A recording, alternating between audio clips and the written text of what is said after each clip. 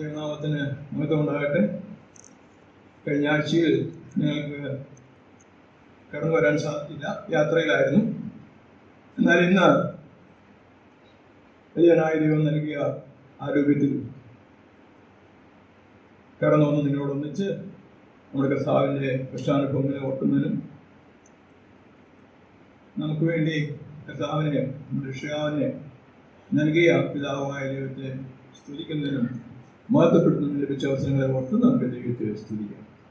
ആരാധനയുള്ള ബന്ധത്തിൽ ഒരു ചെറിയ ഒരു ചിന്ത പങ്കുവയ്ക്കണമെന്ന് ആഗ്രഹിക്കുന്നു. നമുക്ക് എഫേസ്യ ലേഖനത്തിൻ്റെ 2-ാം അധ്യായം നോക്കാം.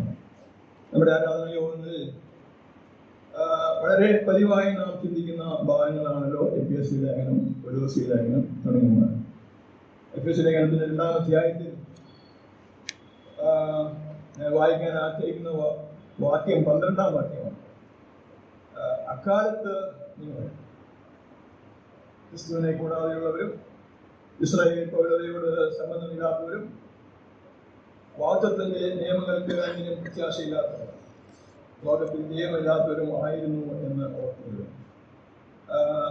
ഇവിടെ ഈ 12-ാം വാക്യത്തിൽ ഏകദേശം 5 മുമ്പിന്റെ 11-ാം വാക്യത്തിൽ പറയുകയാണെങ്കിൽ അവന്റെ പ്രകൃതിയാൽ ജാതികളായിരുന്നു അഗ്രചർമ്മക്കാർ. അങ്ങനെ 6 പ്രത്യേക സ്വഭാവ വൈശിഷ്ട്യങ്ങൾ ഉള്ളവരായിരുന്നു നമ്മളെന്ന് അവിടെ പറയുന്നുണ്ട്.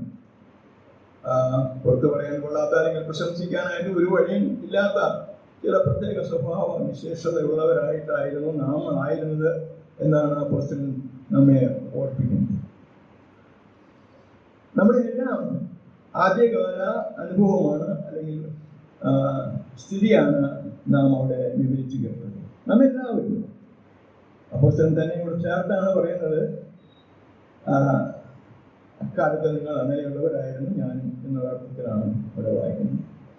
എന്നാൽ ആ ഭാഗം നാം താഴോട്ട് വിവരിച്ച് വായിക്കുമ്പോൾ നമുക്കതെല്ലാം പരിചയമുള്ള ഭാഗങ്ങളായതുകൊണ്ട് നാം അതൊന്നും അത്ര ഞാനത് വായിക്കാനൊന്നും ആഗ്രഹിക്കുന്നില്ല.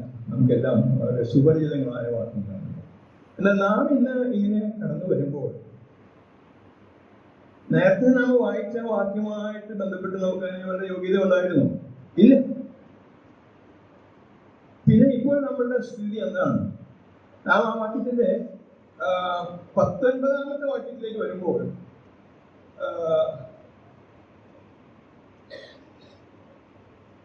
അവിടെ നാം വായിക്കുന്നത് ആകയാൽ നിങ്ങൾ therefore now.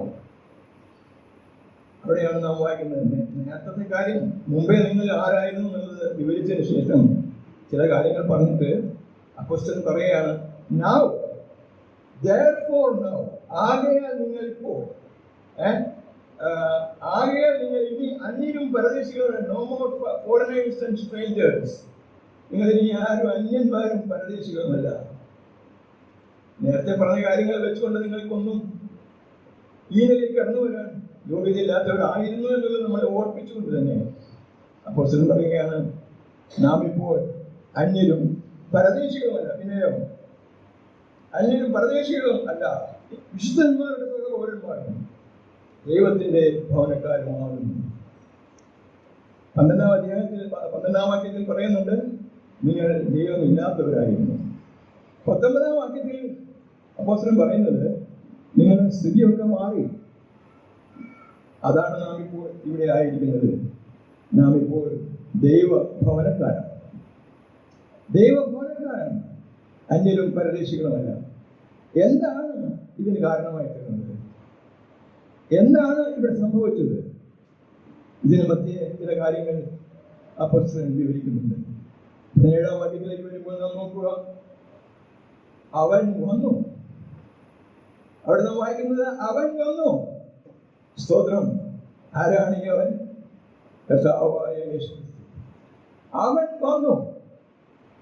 അവൻ വന്ന് ദൂരത്തായിരുന്നു നമ്മളെ സമീപസ്ഥനാക്കി. അതാണ് ഇതിനൊക്കെ മുഖാന്തരമായി തീർന്നത്. അവൻ വന്നു. സ്വർഗത്തിൽ പിതാവിന്റെ സന്നിധിയിലായിരുന്ന പിതാവിന്റെ ഏക മകനായ കർത്താവായ യേശു ക്രിസ്തുവിനെ ഭൂമിയിലേക്ക് അയക്കുവാൻ ദൈവം പ്രസാദിച്ചു. അവൻ വന്നു. നമ്മൾ തമ്മിലുണ്ടായിരുന്ന, ദൈവവും നാം തമ്മിലുണ്ടായിരുന്ന അകലം മാറ്റി സമാധാനം. നമ്മുടെ വാക്യങ്ങൾ വായിച്ചാൽ നമുക്കറിയാം, ദൈവത്തോട് സമാധാനം, ദൈവത്തോട് സമാധാനം. അതാണ് മുഖ്യമായിട്ട് സംഭവിച്ചത്. നാം ശത്രുക്കളായിരുന്നു, നാം ദൈവമില്ലാത്തവരായിരുന്നു. എന്നാൽ 17-ാം വാക്യത്തിൽ വായിക്കുന്നത് എങ്ങനെയാണ്? അവൻ സ്തോത്രം പ്രിയമുള്ളവരെ, കർത്താവായ യേശുക്രിസ്തു വന്നു നമ്മുടെ പാപങ്ങൾക്കും ലോകത്തിലെ അവരെ വിശ്വസിക്കുന്നവരുടെ എല്ലാവരുടെയും പാപങ്ങളുടെ മോചനത്തിന് വേണ്ടി കാൽവരി ക്രൂശിൽ അവൻ യാഗമായി തീർന്നു. കൊലോസ്യ ലേഖനത്തിൽ അപ്പോസ്തലനായ പൗലോസ് നമ്മെ ഓർപ്പിക്കുന്നതും അത് തന്നെയാണ്.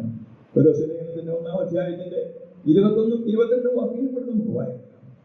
അവിടെ നാം വായിക്കുന്നത് ഇങ്ങനെയാണ്: മുൻപേ ദുഷ്പ്രവൃത്തികളാൽ മനസ്സുണ്ടാകുന്നവർ, ശത്രുക്കളുമായിരുന്ന നിങ്ങളെ അവന്റെ മുൻപിൽ വിശുദ്ധരും നിഷ്കളങ്കരും കുറ്റമില്ലാത്തവരുമായി നിർത്തേണ്ടതിനെ അവനിപ്പോൾ തന്റെ ജഡശരീരത്തിൽ തന്റെ മരണത്താൽ നിരപ്പിച്ചു. There is a reconciliation between God and man. അത് സാധിപ്പിച്ചത് കർത്താവായ യേശുക്രിസ്തുവിന്റെ ക്രൂശിലെ മരണം. നാം ഇന്ന് ഓർക്കുന്നത് അതിനെയാണ്. നാം ഇന്ന് ഓർക്കേണ്ടതും അത് തന്നെയാണ്. കർത്താവായ യേശുക്രിസ്തു വന്നു, ഭൂമിയിൽ വന്നു, നമ്മുടെ പാപങ്ങൾക്ക് വേണ്ടി കാൽവരി ക്രൂശിൽ മരിച്ചു. ആ കർത്താവിനെ ഓർത്തുകൊണ്ട് ആ കർത്താവിന് നമുക്ക് നൽകിയ പിതാവായ ദൈവത്തിന്റെ സ്തുതി സ്തോത്രങ്ങൾ അർപ്പിക്കാം. ദൈവം നമ്മെ സഹായിക്കും.